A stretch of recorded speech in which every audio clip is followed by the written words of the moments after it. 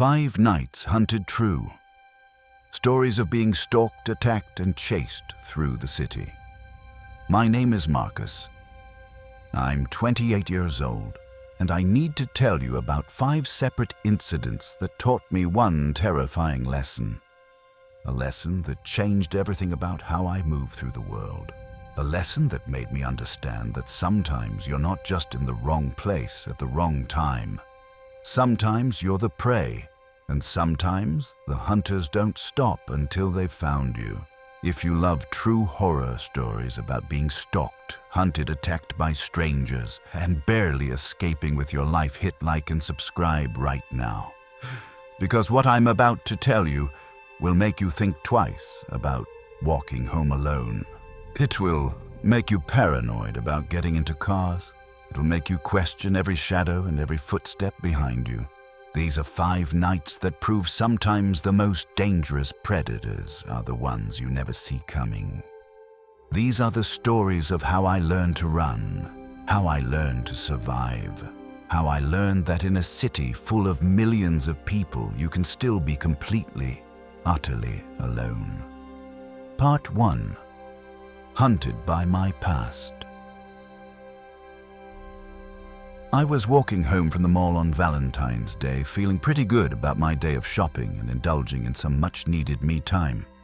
The sun was starting to set, and the sky was a beautiful shade of pink and orange. I decided to take the long way home to enjoy the peacefulness of the quiet streets and the beauty of the sky above me. I was 25 years old and excited about starting a new job at the coffee shop next to my apartment. I had finally moved out of my parents' house and was beginning to feel like my life was going in the direction I wanted it to. Things were looking up. Things were finally getting better. I was listening to music through my earbuds, but had this nerve-wracking feeling that something was just off. It's like I could feel someone watching me. Almost like an invisible set of eyes were just locked directly to my every move.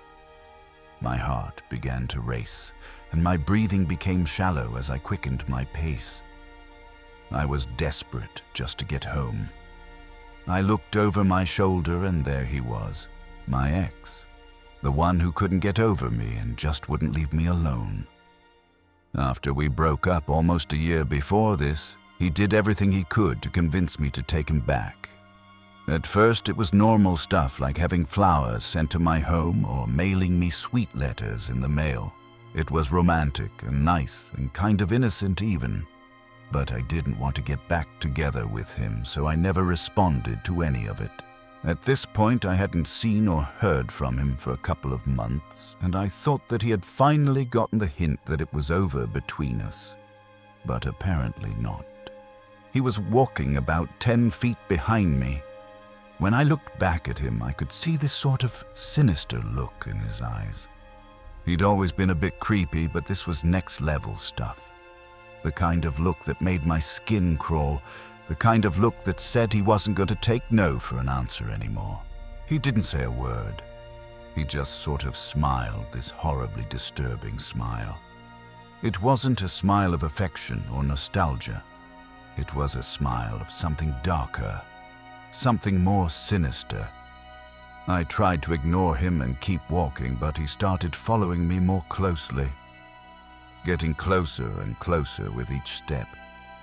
I turned a corner hoping to lose him, but he was still there. Every step that I took, he took the same one, only 5 feet behind me now. I started to feel my panic set in. I'd always felt safe walking home alone, but now I felt like I was being hunted, like someone's prey, like a deer that had just realized a wolf was in the forest. I pulled out my phone calling a friend, but she didn't answer. I tried calling my roommate, but still no answer.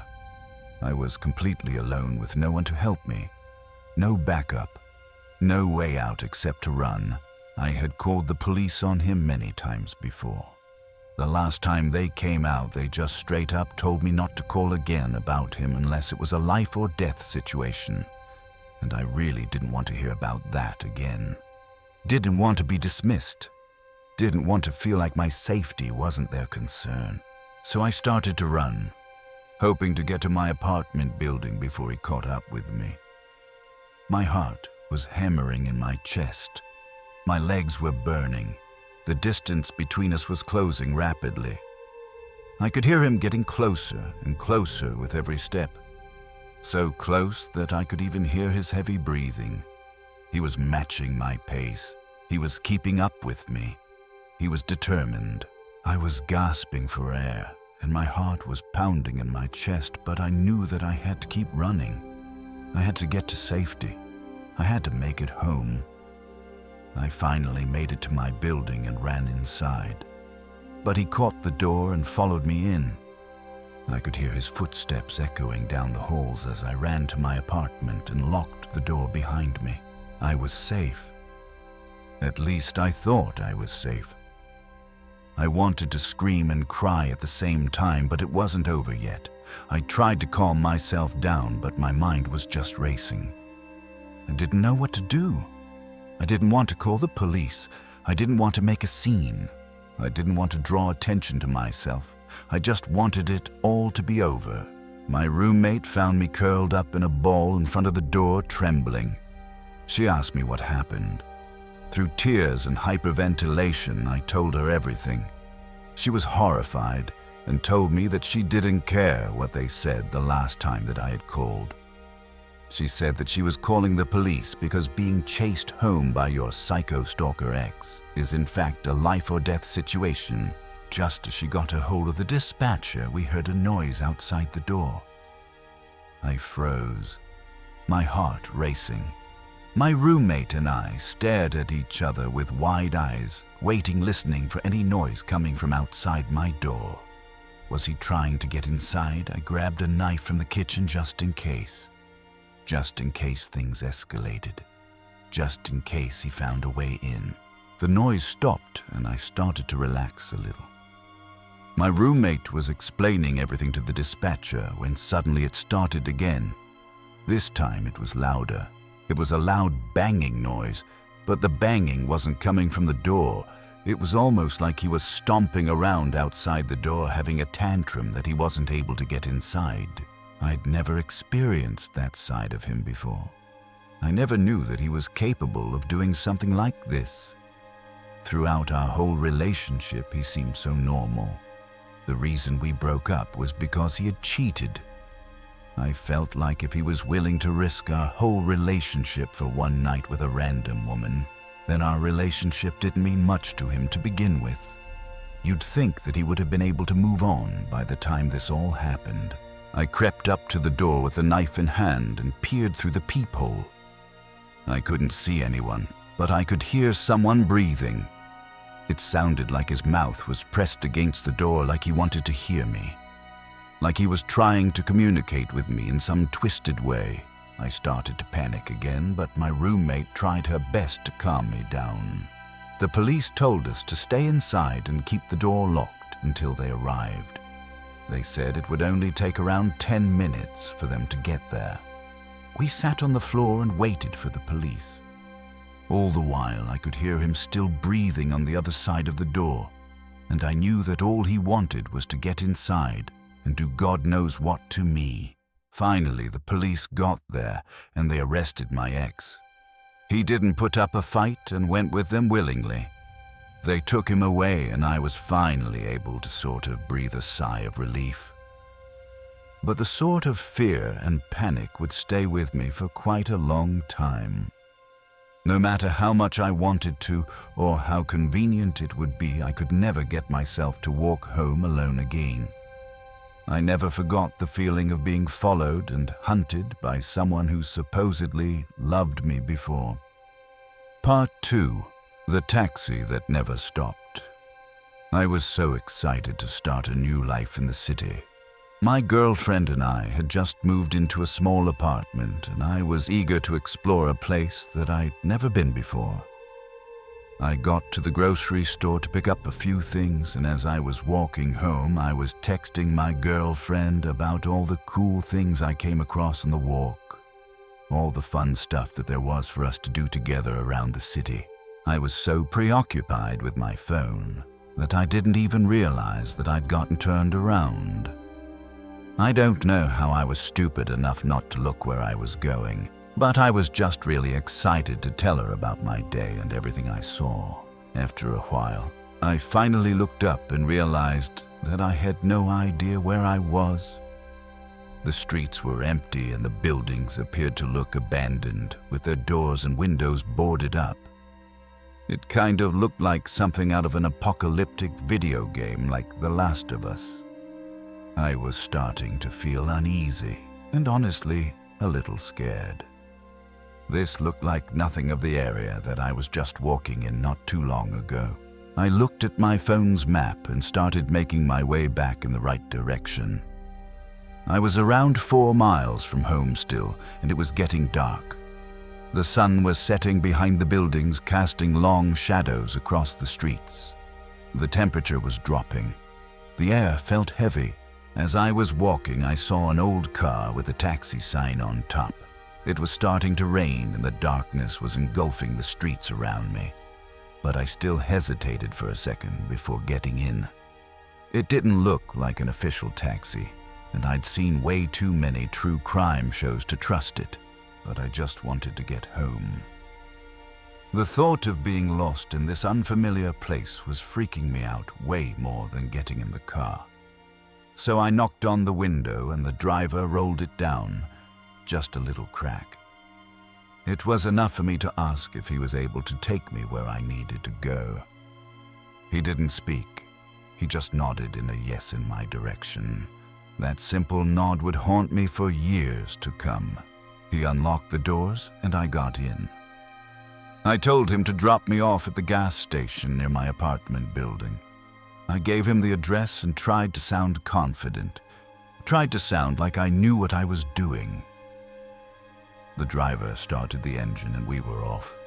I still had my Maps app open and I glanced at it every so often to make sure that we were going in the right direction. Only the further we drove, I noticed that we had started going in the opposite direction of my apartment. My stomach dropped. My hands started sweating. This wasn't right. I started to get nervous and asked the driver if he could take me home or even just let me out so I could find another ride. But he didn't say a word. He just kept driving. The car moved deeper into the city, down streets that were getting progressively darker and more deserted. I started to feel panic set in as the car took me further and further away from my home. I demanded that the driver let me out, and he just sort of chuckled to himself, a low, menacing chuckle that made my blood run cold. I tried to open the door, but it was locked. It was one of those child locks where when the car's locked, it retracts into the door and you can't pull it up to unlock it. I was trapped, completely and utterly trapped. I started to feel a cold sweat on my skin as the fear that I was feeling began to fill every inch of my body. The driver drove for what felt like forever, taking me deeper into the outskirts of the city, down its darkest, most deserted streets. In reality, we probably only drove for around 30 minutes. But the panic and fear that I was feeling in that car made every second feel like hours. The rain was coming down harder and harder, and I could feel the driver's eyes on me through the rearview mirror. He was watching me closely, and it was making me even more afraid. I was trapped in that taxi with a stranger who seemed to have no intention of letting me go. The fear and desperation was overwhelming. No matter how hard I tried, I couldn't think of a way out. My mind was blank. My survival instincts were kicking in, but I was paralyzed. Eventually, the taxi pulled off to the side of the road and the driver turned to look at me directly. He was wearing a black hoodie and his face was littered with trashy tattoos. I almost wanted to laugh for a second, and then I remembered where I was and decided that that wouldn't be the best idea. I could see a sort of creepy smirk on his face as he spoke to me in a harsh voice that made my stomach turn. "Welcome to your final destination," he said. and I felt a chill run down my spine. I didn't know what to do. I tried to reason with the driver to just let me go and there'd be no harm done, but he wouldn't listen. He just laughed as he got out of the car and walked towards the back door. I didn't even know what to think. I had no idea what he was going to do with me. The driver opened the back door and dragged me out of the car by my jacket. He threw me into the gutter and I hit the ground hard. The impact knocked the wind out of me. Pain shot through my body. I was in pain, but I was still alive. I tried to get up and run, but he was fast. He caught me and tackled me to the ground. He put a knife to my throat and I was on the verge of tears. I tried to scream, but nothing came out. My voice was gone. "Why are you doing this?" I asked, my voice shaking. And the driver just laughed, saying, "Why not?" I was terrified and I couldn't move. I could feel the cold metal of the knife against my skin. It was sharp. It was real. This was actually happening. Finally, I was able to muster up a scream loud enough that somehow a group of people nearby were able to hear it. I heard footsteps coming from down the street, and thank God they were getting closer. The man told me to shut up and pressed the knife harder against my skin. And just when I thought things were over for me, I heard a voice calling out in the distance, "Hey, what's going on here?" I looked down the street and only about 50 feet away, a group of people were walking towards us. They were watching us, and I realized that the driver was beginning to get nervous. His hands began to shake and he got off of me as fast as he could. He turned and ran away on foot, just leaving his car and me laying there on the street, reeling from what had just happened. The group ran towards me and one of the guys helped me up and put pressure on the wound that I didn't even notice that I had on my neck. They called the police and an ambulance took me to the hospital. I needed a few stitches for the laceration on my throat, but was otherwise physically okay. The police searched the vehicle and realized that it was stolen. There was nothing in it to tie to the person who had done that to me that night. No identification, no leads. But years later, another man was abducted in the same manner in that area. Only this time the man was caught and he was arrested. I was called in due to the correlation in the crime and was able to identify the man as the man who attacked me on that night, and thank God. He was charged and sentenced to 7 years in prison. He never admitted to kidnapping anyone else, but we knew that that was probably not true. There were probably other victims, other people who didn't make it out alive, other people whose stories would never be told. I tried my best to get over it, but the emotional scars will always be there, along with the physical scar on my neck, a permanent reminder of the night I almost died. I am so grateful to the people who saved me, and I'll never forget the fear and desperation that I felt in that taxi. But I'll also never forget the kindness and bravery of the strangers who risked their lives to help me and make sure that I was okay. Part 3. Hunted on the highway. It was a beautiful day and I was walking home from the gym. I lived in a quiet neighborhood and never felt unsafe during the day or even at night for that matter. I was kind of just humming to myself, enjoying the warm breeze on my skin when I heard a car revving its engine behind me. It was still around 50 feet away, but something about it was giving me this really bad feeling in the pit of my stomach. The kind of feeling that tells you something is wrong before your brain even registers what's happening. Just as I was about to turn back around and continue on my way, the car sped up.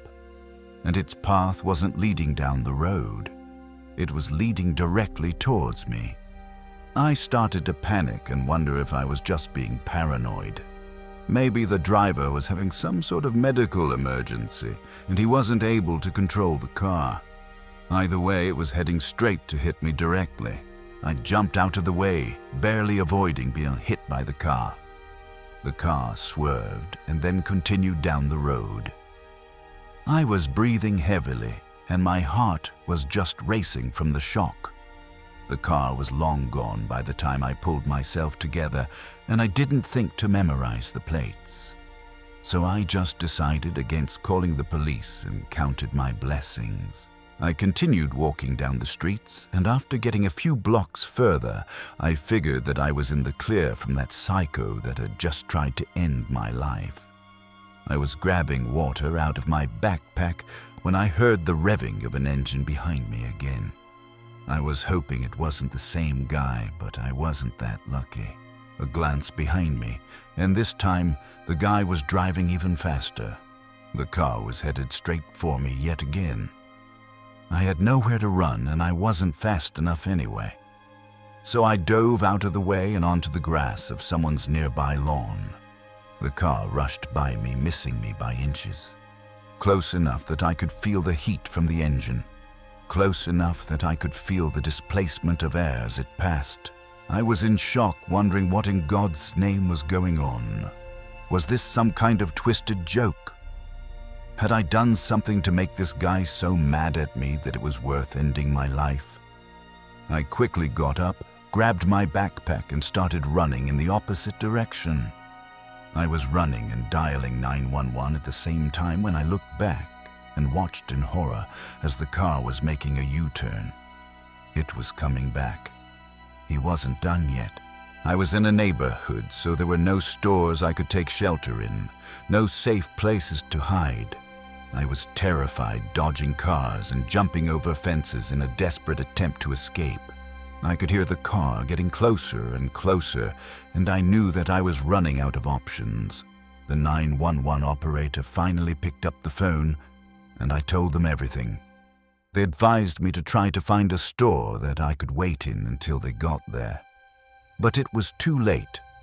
I'd gotten distracted from talking to the dispatcher. I'd stopped running fast enough, and I didn't realize that the car had caught up to me. Before I knew it, the car hit me from behind and sent me flying into the air. I hit the pavement hard. My head slammed against the concrete. Everything went black. I didn't pass out completely, but my vision went blurry and my mind went blank. The last thing I remember was the car driving away and the sound of tires screeching. I don't know how long I was lying there, but eventually someone noticed me and called for help. I was rushed to the hospital where I was treated for multiple broken bones and internal injuries. I was placed in a medically induced coma for several days. When I finally woke up, I was told that I was lucky to be alive. Most people who came in with those same injuries weren't so lucky. That's what the doctor said to me, as if there was some cosmic luck that had saved me. As if I had won some kind of lottery that no one wanted to win. I spoke to law enforcement and they told me that I was probably involved in a targeted hit and run. Just based on the area that I was in and the circumstances surrounding the attack. And several months later, after a long road of recovery and finally being told that it was okay to start walking long distances again, I was walking home from work when I saw the same car. Or at least I thought it was the same car driving down the road. I felt a wave of fear wash over me, and I immediately started running in the opposite direction. To my utter shock and horror, the car started giving chase again. But this time, I was better prepared. I was able to dodge and weave and eventually lost the car. Only after watching the car drive right past me and down another street did I realize that I was imagining it. That it wasn't even the same car. It was just somebody driving in my direction. I was relieved, but I was also scared. I couldn't understand why someone had tried to kill me. It had been over 7 months, but I thought about it constantly. Was it some kind of vendetta? Was it just a random act of violence related to gangs or something I didn't know and it was driving me crazy? I became paranoid, always looking over my shoulder, never walking home alone. I was always on guard, always ready to run if I saw the car coming. It was a constant battle in my mind, and I was always exhausted from stress and these terrible dreams. I eventually started to carry pepper spray and a whistle with me, determined to protect myself if the car or the man driving it ever came after me again. And years went by and I never saw the car again. I started to relax, thinking that maybe the danger was over. I started to walk home during the day, no longer looking over my shoulder. But then one day I was walking home from work and I saw the car. It was parked on the side of the road. I froze, the memories of being chased and nearly killed flooding back to me. I quickly realized the car was empty, but the fear still lingered. I called the police, telling them about my experience with the car and the fact that it was sitting right in front of me. They came and they checked it out, but there really was no evidence of foul play, and they told me that it was just a coincidence and that I had nothing to worry about. Because I had no proof, there really was no lead that they could go on. Seeing the car again took me right back to the way I used to feel. I couldn't shake the feeling that I was still in danger. I was living in fear, and it was taking a toll on my mental health. This time, I started seeing a therapist to try to work through my fear and anxiety. I talked about the car and my experiences, trying to make sense of it all.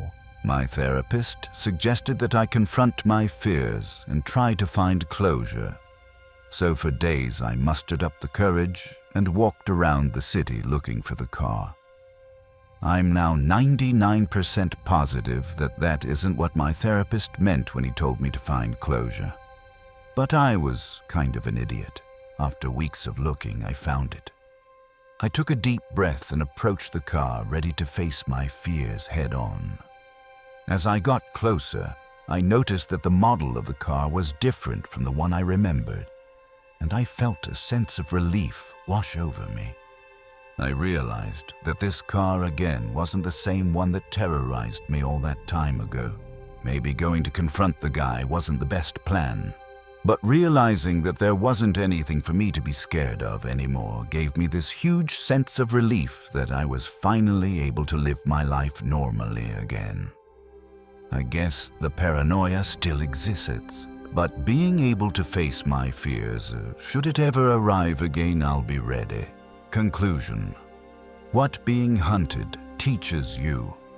These 3 experiences have taught me something that I wish I had never learned. Sometimes you're the hunter, sometimes you're the prey, and sometimes you're never really sure which one you are. I've learned that trust is a luxury I can no longer afford. That paranoia isn't always irrational, that your instincts are often right even when your mind wants to dismiss them. I've learned that the city is beautiful and dangerous all at once. That strangers can destroy your sense of safety in an instant. That running is sometimes the only option. And most importantly, I've learned that surviving isn't about being the strongest. It's about being the fastest. It's about trusting that voice in your head that tells you something is wrong. It's about never ignoring that feeling in your gut. These are the stories of how I learned to run, how I learned to survive, how I learned that in a city full of millions of people, you can still be completely, utterly alone. But you can also be incredibly strong.